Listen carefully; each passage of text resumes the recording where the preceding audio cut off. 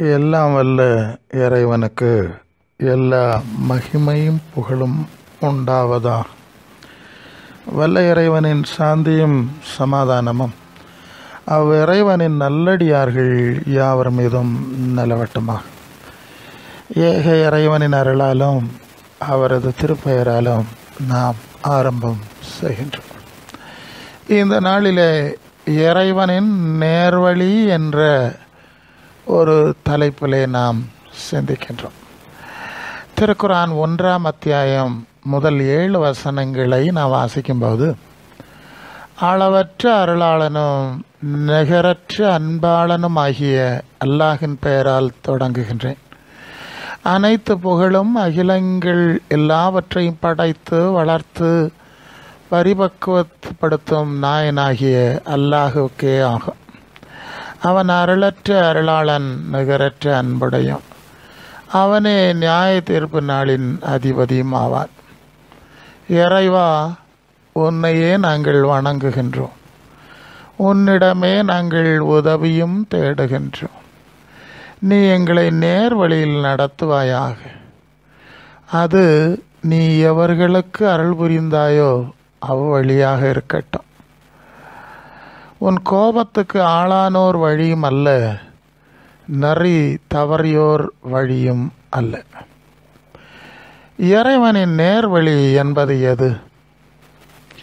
முதலாவது, இங்கே 2 வழி அல்ல என்று இந்த வசனங்கள் குறிப்பிடுகிறது. ஒன்று, இறைவனின் கோபத்துக்கு உள்ளானோர் வழி. இன்னொன்று, நரி தவறியோர் வழி. இந்த இரு சாராரின் வழியிலும் எங்களை நடத்தி விடாதே, எங்களை நேரான வழியில் நடத்துவாயாக என்று அந்த பிரார்த்தனை அமைகின்றது. இறைவன் தன் கரங்களால் வேதத்தை எழுதி கொடுத்திருந்த போதும் அதை புறக்கணித்து இறைவனின் கோபத்துக்கு ஆளானவராகிய இஸ்ரேலரின் வழி அல்ல, அவர்களே இறைவனின் கோபத்துக்குள்ளானவர்கள். திருக்குரான் 7ஆம் அத்தியாயம் 144, 145 வசனங்களிலே, அதற்கு அவன், மூசாவே, நிச்சயமாக நான் உம்மை என் தூதுத்துவத்தை கொண்டும் நான் பேசினதை கொண்டும் உம்மை மனிதர்களிடத்திலிருந்து மேலானவராக தெரிந்து எடுத்துள்ளேன். ஆகவே நான் உமக்கு கொடுத்ததை உறுதியாக பிடித்து கொள்ளும். எனக்கு நன்றி செலுத்துபவர்களில் ஒருவராகவும் இருப்பீராக என கூறினார். மேலும் நாம் அவருக்கு பலகைகளில் ஒவ்வொரு விஷயம் பற்றியும் நல்ல உபதேசங்களையும் கட்டளைகளையும் ஒவ்வொன்றை பற்றிய விளக்கங்களையும் எழுதி அவற்றை உறுதியாக பற்றி பிடிப்பீராக. இன்னும் உம்முடைய சமூகத்தாரை அவற்றில் அழகானவற்றை எடுத்துக்கொள்ளுமாறு கட்டளையிடுவீராக. அது சீக்கிரம் பாவிகளின் தங்குமிடத்தை நான் உங்களுக்கு காட்டுவேன் என்று கூறினார். இறைவனின் கரங்களால் எழுதப்பட்ட கற்பலகை, கட்டளை பலகைகளை மூசா கொண்டு வந்து அவைகளின்படி வாழ அந்த இஸ்ரேல் மக்களை வழிநடத்த முயன்ற போதும் அந்த இஸ்ரேலர்கள் என்ன செய்தார்கள்? அதை பைபிளின் யாத்ராகமம், புறப்பாடு புஸ்தகம், விடுதலை பயணம் என்ற அந்த நூலில் 32ஆம் அதிகாரம் 4-5 வசனங்களிலே, அவர்கள் கையிலிருந்து அவன் அந்த பொன்னை வாங்கி சர்ப்பக்கருவியினால் கருப்பிடித்து ஒரு கன்றுக்குட்டியை வார்ப்பித்தான். அப்பொழுது அவர்கள், இஸ்ரவேலரே, உங்களை எகிப்திலிருந்து அழைத்து கொண்டு வந்த உங்கள் தெய்வங்கள் இவைகளே என்றார்கள். ஆரோன் அதை பார்த்து அதற்கு முன்பாக ஒரு பலிபீடத்தை கட்டி, நாளைக்கு கர்த்தருக்கு பண்டிகை என கூறினார். இவர்களை பல அற்புதங்களை செய்து அருஞ்செயல்களை, அத்தாட்சிகளை காண்பித்து செங்கடலை கடந்து நடத்தி வந்த அந்த இறைவனை மறந்துவிட்டு ஒரு காளைக்கன்றை உண்டாக்கி அதையே கடவுள், இறைவன் என்று அவர்கள் தொழுகை செய்தார்கள். ஓசியா என்ற நபியின் மூலம் இந்த சம்பவத்தை இறைவன் குறிப்பிடும்போது, ஓசியா 8ஆம் அதிகாரம் 12வது வசனத்திலே, என் வேதத்தின் மகத்துவங்களை அவர்களுக்கு எழுதி கொடுத்தேன், அவைகளெல்லாம் அந்நிய காரியமாக எண்ணிவிட்டார்கள். தொடர்ந்து இறைவனின் வேதத்துக்குரிய வேளையில் அவர்கள் புறக்கணித்து சென்றபடினால் அந்த இஸ்ரேலர் இறைவனின் கோபத்துக்கு ஆளானார்கள். அந்த கோபத்துக்கு ஆளானவருடைய வழியிலும் எங்களை நடத்தி விடாதே என்பது முதலாவது விஷயம். 2வது, திருக்குரான் 4ஆம் அதிகாரம் 171வது வசனத்திலே, வேதத்தை உடையவரே, நீங்கள் உங்கள் மார்க்கத்தில் அளவு கடந்து செல்லாதீர்கள். அல்லாஹுவை பற்றி உண்மையை தவிர வேறு எதையும் கூறாதீர்கள். நிச்சயமாக மரியமான மகனாகிய ஈசா அல் மசீஹ் அல்லாஹுவின் தூதர் தான். இன்னும் குன் ஆகுக என்ற அல்லாஹின் வாக்காக அதனால் உண்டானவராகவும் இருக்கின்றார். அதை அவன் மரியன் என்பதில் போட்டான். எனவே அவரும் அவனிடத்திலிருந்து வந்த ஒரு ஆன்மாதான். ஆகவே அல்லாஹின் மீதும் அவன் தூதர்கள் மீதும் ஈமான் கொள்ளுங்கள். இன்னும் வணக்கத்துக்குரிய இறைவன் 3 என்று கூறாதிருங்கள். இப்படி கூறுவதை விட்டு விலகிக் கொள்ளுங்கள். இது உங்களுக்கு நன்மையாகும். ஏனெனில் வணக்கத்துக்குரிய இறைவன் அல்லாஹ் ஒருவன்தான். அவனுக்கு எவரும் வணக்கத்துக்குரிய சந்ததியாக இருப்பதிலிருந்து அவன் தூய்மையானவன். வானங்களிலும் பூமியிலும் இருப்பவையெல்லாம் அவனுக்கே சொந்தம். காரியங்கள் அனைத்திற்கும் பொறுப்பேற்றுக் கொள்வதற்கு அல்லாஹுவே போதுமானவன். திருக்குரான் 5:116 சொல்லுகிறது, இன்னும் மரியமுடைய மகன் ஈசாவே என்று இறைவன் பேசப்போகின்றான். அதை சொல்லுகின்றான். அல்லாஹுவே என்று என்னையும் என் தாயாரையும் 2 கடவுளர்களாக ஆக்கிக் கொள்ளுங்கள் என்று மனிதரிடத்தில் நீர் கூறுகின்றீரா என்று அல்லாஹ் கேட்கும்போது, அவர் நீ மிகவும் தூயவன், எனக்கு உரிமை இல்லாத ஒன்றை நான் சொல்வதற்கில்லை. அவ்வாறு கூறியிருந்தால் நீ அதை நிச்சயமாக அறிந்திருப்பாய். என் மனதில் உள்ளதை நீ அறிகின்றாய். உன் உள்ளத்தில் இருப்பதை நான் அறிய மாட்டேன். நிச்சயமாக நீயே மறைவானவற்றையெல்லாம் நன்கு அறிபவன் என்று அவர் கூறினார். இறைத்தூதர் இயேசு சொன்னார். அது அவருடைய நேரடி சீடர் யோவான் எழுதின இன்ஜில் பதிவு 10ஆம் அதிகாரம் 36ஆம் வசனத்தில், பிதாவினால் பரிசுத்தமாக்கப்பட்டும் உலகத்தில் அனுப்பப்பட்டும் இருக்கிற நான் என்னை தேவனுடைய குமாரன் என்று சொன்னதினாலே தேவதூஷணன் சொன்னாய் என்று நீங்கள் சொல்லலாமா? இறைத்தூதர் இயேசு இறைவனின் உயிரால் படைக்கப்பட்டு ருஹுல்லாவாக, இறைவனின் வார்த்தையால் படைக்கப்பட்ட கலிமத்துல்லாவாக அவருடைய தந்தை ஸ்தானத்தை ஏற்று மரியத்தில் அவர் படைக்கப்பட்டு தூய இறைத்தூதராய் இந்த உலகில் வந்தார் என்பது வேதங்களின் மூலம் நாம் தெளிவாக புரிந்து கொண்டிருக்கின்றோம்.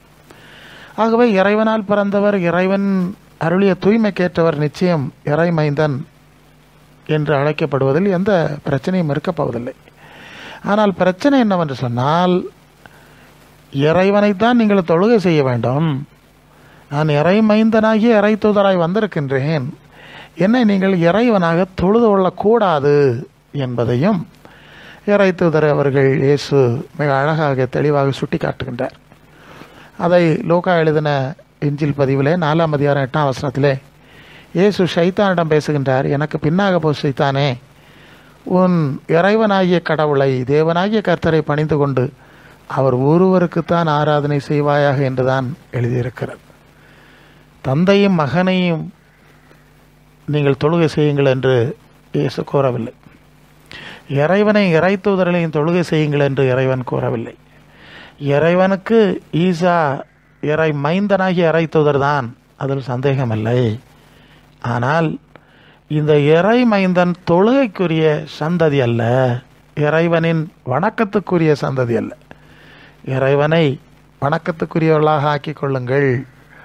நீங்கள் இறை தூதரை அல்லது ஈசா மசீஹை நீங்கள் வணக்கத்துக்குரிய சந்ததியாக, அல்லாஹ் ஒருவன் தான் வணக்கத்துக்குரியவன் இறைவன், அவருக்கு வணக்கத்துக்குரிய சந்ததி எதுவும் இல்லை என்பதுதான் அந்த குர்ஆன் 4ஆம் அத்தியாயம் 171ஆம் வசனத்துடைய சரியான பொருள். இதை சரியாக விளங்கிக் கொள்ள வேண்டும். அதை இயேசுவும் உறுதிப்படுத்துகின்றார். அவர் ஒருவரைத்தான் நீங்கள் தொழுகை செய்ய வேண்டும். நான் இறை தூதராய் இறைவனின் தூய மைந்தனாய் வந்திருக்கிறேன் என்பது உண்மையே. ஆனால் இறைவனைத்தான் நீங்கள் தொழுகை செய்ய வேண்டும். இயேசுவின் நேரடி சீடர் யோவான் எழுதின இன்ஜில் பதிவு 17ஆம் அதிகாரம் 3ஆம் வசனத்திலே அவர் இறை தூதர் ஈசா உலகத்தில் இருந்தபோது இறைவனிடம் பிரார்த்தனை செய்கின்றார். ஒன்றான மெய்தேவனாகிய உம்மையும் நீர் அனுப்பினவராகிய இயேசு கிறிஸ்துவை அறிவதே நித்திய ஜீவன். மீண்டும் தெளிவுபடுத்துகின்றார். இறைவன் ஒருவராகிய நீர்தான் மெய் தேவன், நான் மெய் தேவன் அல்ல. நீர் என்னை அனுப்பின இறை தூதராக இறைமைந்தனாகிய இறை தூதராக இருக்கின்றேன், அவ்வளவுதான். அந்த கடமையை நான் செய்கின்றேன், நான் வணக்கத்துக்குரியவர் அல்ல என்று தெளிவுபடுத்துகின்றார். அதே யோவான் எழுதின இன்ஜில் பதிவு 4ஆம் அதிகாரம் 21, 24 வசனங்களிலே இயேசு சொல்லுகின்றார், ஸ்திரியே, நான் சொல்லுகிறதை நீ நம்பு. நீங்கள் இந்த மலையிலும் எருசலேமிலும் அல்ல, எங்கும் பிதாவை தொழுது கொள்ளும் காலம் வருகிறது. நான் தான் இறைவன், இறைமைந்தனாகிய இறைவன், இறைவனின் வாரிசாகிய இறைவன், என்னை நீங்கள் தொழுது கொள்ளும் காலம் வருகிறது என்று அவர் அங்கே சொல்லவில்லையே. அப்படி ஒரு நிலை இருந்திருந்தால் அதை அவர் சொல்லியிருக்க வேண்டும். இல்லை இல்லை, நீங்கள் எங்கும் பிதாவைத்தான் தொழுது கொண்டு வர வேண்டும். 24ஆம் வசனத்திலே அந்த பிதா எப்படி இருக்கிறார் என்பதை விளக்குகின்றார். அந்த இறைவன் கடவுள் உருவமற்றவர். அவரை வழிபடுவோர் அவரது உண்மை இயல்புக்கு ஏற்ப உள்ளத்தில் தான் வழிபட வேண்டும். வேறு வடிவங்களை உண்டு பண்ணி நீங்கள் வழிபட முடியாது. இறைமைந்தனாகி இறைத்தூதராகி என்னையும் நீங்கள் வழிபட முடியாது. ஒரு மனித வடிவில் நீங்கள் இறைவனை தொழுகை செய்தால் நீங்கள் சிலை வணக்கம் செய்கின்ற நிலைமைக்கு ஆளாவீர்கள். இறைவன் வடிவமற்றவன் என்பதை மீண்டும் தெளிவுபடுத்துவதை நாம் பார்க்கின்றோம். ஆனால் இயேசுக்கு சீடராவதற்கு பதிலாக இயேசுக்கு மனிதர்களை பக்தர்களாக்கி அவரை இறைவனாக தொழுகை செய்து கிறிஸ்தவ மார்க்கத்தார் நரிதவறி போனார்கள். இந்த நரிதவறி போன மார்க்கத்தார் வழியிலும் எங்களை நடத்திவிடாதே என்பதுதான் அந்த திருக்குரானின் முதல் அத்தியாயத்தினுடைய பிரார்த்தனையாக இருக்கின்றது. இந்த இரு வழிகேடர்களின் வழியிலும் செல்லாமல் இறைவனின் நேர் வழியில் செல்ல இறைவன் அருள் புரிய வேண்டும். இறைத்தூதர் இயேசு சொன்னார், மத்திய 7ஆம் அதிகாரம் 21 to 23 வரை உள்ள வசனங்களிலே, பரலோகத்தில் இருக்கிற என் பிதாவின் சித்தத்தின்படி செய்கிறவனே பரலோக ராஜ்யத்தில் பிரவேசிப்பான அல்லாமா என்னை நோக்கி கர்த்தாவே கர்த்தாவே என்று சொல்லுகிறவன் அதில் பிரவேசிப்பதில்லை.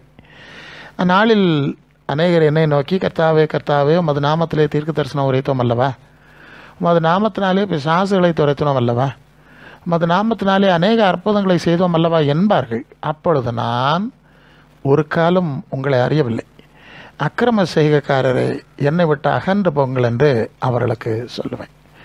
இறைமைந்தன் இயேசுவின் பெயரை பயன்படுத்தி அற்புதங்களும் பல அருஞ்செயல்களும் நடக்க முடியும் என்பதை இறைத்தூதர் ஈசா மசீஹ் அவர்கள் தம்முடைய சீடர்களுக்கு அல்லது தம்மை விசுவாசித்து பின்பற்றுகிறவர்களுக்கு ஒரு அனுமதியை கொடுத்தார் என்பதை முந்தின செய்தியிலே நாம் பார்த்தோம். ஏனென்றால் இறுதி நாள் வரை அவர் இறைத்தூதராக இருக்கிறபடினாலே அவர்களுக்கு இறைவன் அருளி இருக்கின்ற எஞ்சிலையும் மனிதர்கள் பின்பற்ற செய்யப்பட வேண்டும் என்ற நிலை இருக்கிறபடினாலே இறைத்தூதர் இயேசுவின் நாமத்தில் அற்புதங்கள் நடப்பது உண்டு. அதன் மூலம் அவருடைய எஞ்சில் போதனைகள் கொடுக்கப்படுவது உண்டு. இந்த நிலையில் இந்த இயேசுவை கடவுளாக தொழுகை செய்தால் அதிக அற்புதங்கள் நடக்கும், நம் குறுக்கோளியில் சொர்க்கம் சேர்ந்து விடலாம் என நம்பி ஒரு மார்க்கத்தை உண்டாக்கி கொண்டார்கள். அப்படிப்பட்டவர்கள் இறையரசில் பங்கடைய மாட்டார்கள் என்பதையும் இயேசு முன்பே குறிப்பிட்டிருக்கின்றார். நான் இறைமைந்தனாகி இறைத்தூதர் தான், இறைவனின் தூய இறைமைந்தராகி இறைத்தூதர் தான், என் வழியில் நடவுங்கள், என் போதனையாகிய இஞ்சிலில் நடவுங்கள், என்னுடைய சீடர்களாக என்னை பின்னே வாருங்கள் என்று அழைத்தால் இவர்கள் அதையெல்லாம் புறக்கணித்து விட்டு இயேசுவை கடவுளாக ஆராதித்து இறைவனாக ஆராதித்து உம்மை கர்த்தாவே கடவுளோ என்று சொல்லி நாங்கள் ஆராதித்தோம், உம்முடைய பெயரை பயன்படுத்தி அருஞ்செயல்கள்லாம் செஞ்சிருக்கிறோம், அதனாலே இறையரசில் எங்களுக்கு இடம் தர வேண்டும் என்று கேட்டால் அவர் சொல்வாராம், உங்களை எனக்கு தெரியாது, எனக்கு உங்களுக்கு சம்பந்தம் கிடையாது, நான் இருக்கிற இடத்துக்கு நீங்கள் வர முடியாது, அக்கிரம செய்கைக்காரர்களே நீங்கள் விண்ணரசின் இறைவனுடைய சித்தம் செய்திருந்தால் மட்டுமே இந்த இறையரசில் பிரவேசிக்க முடியும் என்பதை மீண்டும் மிக தெளிவாக அவர் வரையறுத்து கூறுவதை நாம் பார்க்கின்றோம். ஆகவே இந்த காரியத்தை நாம் கவனத்தில் கொள்ள வேண்டும். இறையரசின் செல்ல வேண்டும் என்று விரும்புகிறவர்கள் இறைவனின் சித்தம் செய்துதான் ஆக வேண்டும். இறை சித்தம் என்றால் என்ன? அதை குறித்து இறைத்தூதர் இயேசு என்ன சொன்னார்? மத்திய 5ஆம் அதிகாரம் 48ஆம் வசனத்திலே அந்த இஞ்சில் பதிவு, ஆகையால் பரலோகத்தில் இருக்கிற உங்கள் பிதா பூரண சர்க்குணராக இருக்கிறது போல நீங்களும் பூரண சர்க்குணராக இருக்க கடவீர்கள், இருக்க வேண்டும். இறைவன் என்ன தூய நிலையில் பூரண குணநிலையில் இருக்கின்றானோ அதுபோன்ற குணநிலை உள்ளவர்களாக நீங்கள் மாறினால் மட்டுமே அந்த இறைவனுக்கு வந்து சேர முடியும். இறைவனை தொழுகை செய்வதனாலும் மட்டுமல்ல, இறை தூதர்களை தொழுகை செய்கிறதுனாலும் முடியாது. இறைவனுக்கு உகந்தவர்களாக நீங்கள் மாறுங்கள், அவனுடைய குணங்களும் சிந்தனைகளும் உங்கள் வாழ்வில் வரட்டும். ஏனென்றால் இறைவன் உங்களை படைத்திருக்கிறான் என்றால் அந்த இறைவனுக்கு ஏற்ற தன்மையை நீங்கள் மீண்டும் அடைய வேண்டியிருக்கிறது. அது இழந்து போனபடினால்தான் இப்போது இறைவனை விட்டு பிரிந்த நிலைமைக்கு வந்திருக்கின்றீர்கள். நீங்கள் இறைவனுடைய குணங்களை அடைந்து கொள்ளும்படி இறை சித்தம் செய்ய வேண்டும் என குறிப்பிடுகின்றார். அதே மத்தேயு எழுதின இஞ்சில் பதிவு 5ஆம் அதிகாரம் 8ஆம் வசனத்திலே, இருதயத்தில் சுத்தமுள்ளவர்கள் பாக்கியவான்கள், அவர்கள்தான் இறைவனை தரிசிப்பார்கள் என்று இயேசு குறிப்பிடுகின்றார். மனதில் சுத்தமுள்ளவர்கள், சுத்த மனசாட்சி உள்ளவர்கள் என்று முன்பகுதியில் நாம் சிந்தித்திருக்கிறோம். அப்படிப்பட்டவர்கள் தான் இறைவனை தரிசிப்பார்கள். இது மதவாதிகளுடைய ராஜ்யம் அல்ல, இது பலவிதமான தொழுகைக்காரர்களுடைய ராஜ்யம் அல்ல. இறைவன் அப்படி தோத்திர பிரியானும் அல்ல, உங்களுடைய புகழுரைகளில் மயங்கி உங்களுக்கு சொர்க்க பதவியை தரப்போகிறவனும் அல்ல. நீங்கள் இறைவனுக்கு உகந்தவர்களாக மாறினால், வாழ்ந்தால் இறையரசில் பங்கடைய முடியும் என்பதுதான் அந்த செய்தி. இறை தூதர் இயேசுவின் பிரதான சீடராகிய பேதுரு எழுதின முதலாவது கடிதம் நிருபத்திலே 1 பேதுரு 1:15-17 வரை உள்ள வசனங்களிலே, உங்களை அழைத்தவர் பரிசுத்தராயிருக்கிறது போல நீங்களும் உங்கள் நடவடிக்கைகள் எல்லாவற்றிலும் பரிசுத்தராயிருங்கள், நான் பரிசுத்தர் ஆகையால் நீங்களும் பரிசுத்தராய் இருங்கள் என்று எழுதியிருக்கிறது. அன்றியும் பட்சபாதம் இல்லாமல் அவனவனுடைய கிரியைகளின்படி நியாயம் தீர்க்கிறவரை நீங்கள் பிதாவாக தொழுது கொண்டு வருகிறவர்களானபடினால் இங்கே பரதேசிகளைப் போல சஞ்சரிக்கும் காலமளவும் பயத்துடனே நடந்து கொள்ளுங்கள். இறைவன் தூயவராக இருக்கின்றார். அவனுக்கு ஏற்றபடி நீங்களும் உங்கள் எல்லா நடவடிக்கைகளிலும் தூயவர்களாக இருங்கள். நான் தூயவன், நீங்களும் தூயவராக இருக்க வேண்டும் என்று தான் சொல்லியிருக்கிறேன். அவன் பட்சபாதம் இல்லாமல் அவனவனுடைய செயல்களுக்கு தக்கதாய் சரியாய் கியாமத்து நாளிலே பலன் கொடுப்பார். அன்று யாரும் எந்த பரிந்துரையும் இருக்காது, அணுவளவும் அநீதி செய்யப்பட மாட்டார்கள், நியாயத்தின்படி சரியாய் தீர்ப்பு செய்யப்படுவார்கள் என்பதெல்லாம் நாம் வசனங்களை பார்த்திருக்கின்றோம். ஆகவே இந்த உலகிலே வாழும்போது அவ்விதமான ஒரு இறை அச்சத்தோடு, இறை பயத்தோடு, இறைவனுக்கு ஏற்புடைய தூய்மையாளர்களாக வாழும்படி நீங்கள் பிரயாசப்படுங்கள். இதுவே இந்த வாழ்வின் நோக்கமாக இருக்கிறது, கடமையாக இருக்கிறது என குறிப்பிடுகின்றார். பவுலடியார் என்ற இயேசுவின் பணியாளர், அவர் கொரிந்து பட்டணத்தில் இருக்கின்ற ஒரு அன்றைய கிறிஸ்து சபைக்கு எழுதின ஒரு கடிதத்திலே 2 கொரிந்தியர் 7:1 இப்படிப்பட்ட வாக்குறுதிகளை, வாக்கு தத்தங்கள் நமக்கு உண்டாயிருக்கிறபடியால் பிரியமானவர்களே, மாம்சத்திலும் ஆவிலும் உண்டான எல்லா அசுசியும் நீங்க நம்மை சுத்திகரித்து கொண்டு பரிசுத்தமாகுதலை தேவ பயத்தோட பூரணப்படுத்த கிடவும். இப்படி தான் இறைவன் பேசியிருக்கின்றான், வாக்குறுதி கொடுத்திருக்கின்றான். தமது செய்தியை இறை தூதர் ஈசா மசீஹ் மூலமும் மற்ற அவருடைய சீடர்கள் மூலம் அறிவித்திருக்கின்றார். ஆகவே இந்த எலும்பும் சதைமான மாம்ச சரீரத்தில் இந்த உலகத்தில் வாழுகின்ற காலத்தில் சரீர பிரகாரமாகவும் சரிதான், மனோயியல் ரீதியாகவும் சரிதான், எல்லா அசுசிகளும் பாவங்களும் நீங்க நம்மை அனுதினமே நாம் தூய்மைப்படுத்தி கொண்டு பரிசுத்தமாகுதலை பயபக்தியோடு பூரணப்படுத்துகிறவர்களாய் வாழ வேண்டும். இதுவே இறைவனின் நேரான வழி. இதை விட்டு விட்டு நடக்கிற பல குறுக்கு வழிகள் இருக்கின்றன, கோணலான வழிகள் இருக்கின்றன. அந்த வழிகளிலே நாம் செல்ல முடியாது.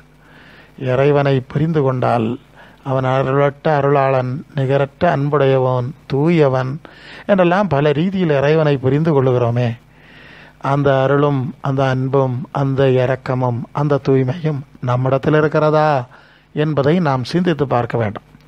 அவ்விதமாக நம்முடைய வாழ்க்கை அமைந்திருக்கிறதா என்று சிந்திக்க வேண்டும் என்று பல செய்திகளை நாம் முன்பு பார்த்திருக்கின்றோம். ஆகவே இந்த நற்செய்தியின் மூலமாகவும் இறைவனின் நேர்வழி எது என்பதை இறைவன் நமக்கு காட்டித்தந்து அந்த நேர்வழியிலே நடக்கும்படி செய்து அந்த இறையரசிலே பங்கடையும்படி, இறைவனோடு நான் வாழும்படி அருள் செய்து ஆசி வழங்குவானாக. ஆமென்.